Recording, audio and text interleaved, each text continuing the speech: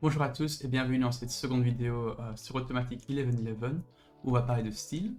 Donc je vous montrerai comment créer de nouveaux styles, comment les réutiliser. Je vous partagerai aussi un petit fichier CSV qui contient déjà des styles, comme ça vous pourrez démarrer facilement. Donc commençons tout de suite. On va créer notre premier prompt. Donc par exemple, create in style of instant job, red, yellow, orange, dark blue, night sky, painting, masterpiece. Voilà. On essaye pour voir si le style, si notre prompt génère des jolis trucs. Ok, c'est un arbre. Il m'a l'air fort rouge, fort orange. Donc je vais peut-être retirer le mot-clé rouge. On essaye.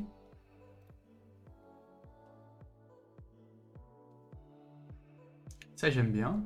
Donc disons que j'aime bien mon style. Que j'aime bien le style de mon prompt plutôt. Et on va le sauver du coup. Pour ce faire, je retire le tree, parce que je suis juste intéressé par le style. Je clique ici sur le petit Save Style. J'ajoute un nom, Van Gogh par exemple. Je clique sur OK. Et maintenant ici, j'ai le style Van Gogh. Donc, on le sélectionne. Et j'ai plus de ça. Et je peux juste mettre tree maintenant. Et ça devrait suffire pour générer une image dans le style de Van Gogh. Un peu bizarre, mais c'est l'idée. Si je retire le style et que j'essaye, j'aurai maintenant bêtement un arbre. Voilà. On peut aussi ajouter des négatifs prompts. Donc c'est des trucs qui ne se retrouveront pas dans notre image. Par exemple, le green. Ici, normalement maintenant j'aurai un arbre sans vert. Voilà, donc un arbre plutôt gris et mort. Enfin non, il n'est pas mort ici. Et je peux aussi sauver ce style-ci. Je retire de tree. Je le sauve, je mets note green. Bon, ce style ne servira pas à grand chose, mais voilà. Et maintenant, je peux combiner mes deux styles si je veux. Et par exemple, faire niveau tree. Là, il y a beaucoup de vert dans les images de Van Gogh, mais voilà. Et j'aurai de nouveau, oh, celle-là est particulièrement chouette, je trouve, un arbre dans le style de Van Gogh. Voilà. Donc maintenant, je vais vous donner un petit fichier CSV qui contient déjà des styles. Et au passage, je vais vous montrer comment vous pourriez ajouter rapidement plein de styles. Et aussi comment supprimer des styles, parce qu'actuellement, c'est pas prévu dans l'interface graphique ici. Donc, on va aller sur ce site-ci. Donc, c'est le Patreon de un YouTuber qui s'appelle Sébastien Cam. Il fait des vidéos tutos sur Stable Diffusion, sur Midjourney, enfin sur l'IA image en général. Moi, je regarde ses vidéos, donc je les conseille. Et en bas du Patreon, il y a ici un petit fichier CSV qu'on va télécharger. Le voilà.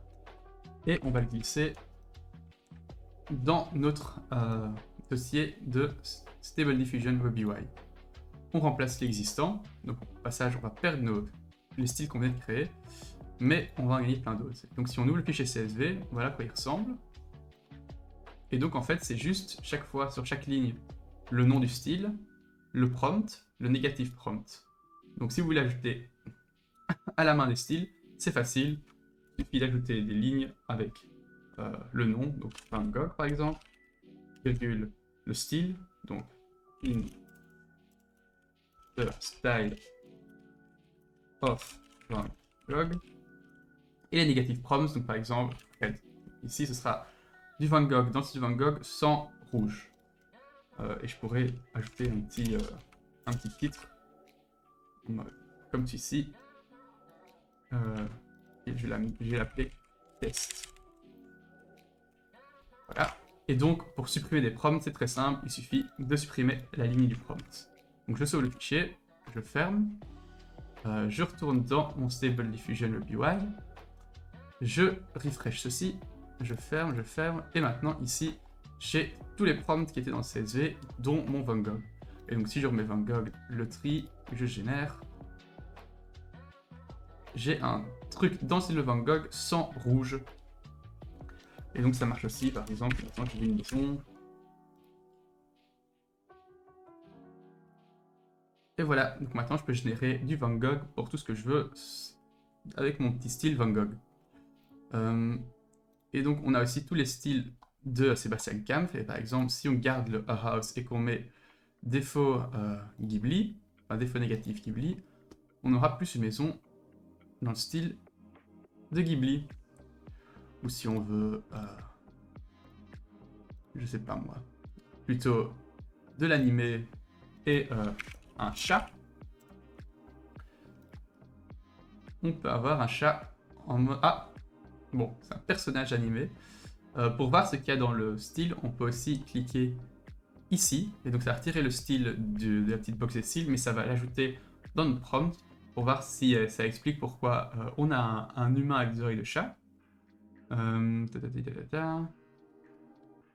Je vois pas tout de suite un mot qui pourrait faire apparaître des humains, mais visiblement, ça fait apparaître des humains. Peut-être que si j'ajoute ici human dans les négatifs prompts et que je réessaye, on aura un chat. Pas vraiment. Mais bon, je crois que cette vidéo explique quand même à quoi servent les styles, comment les utiliser. J'espère que c'était clair et portez-vous bien.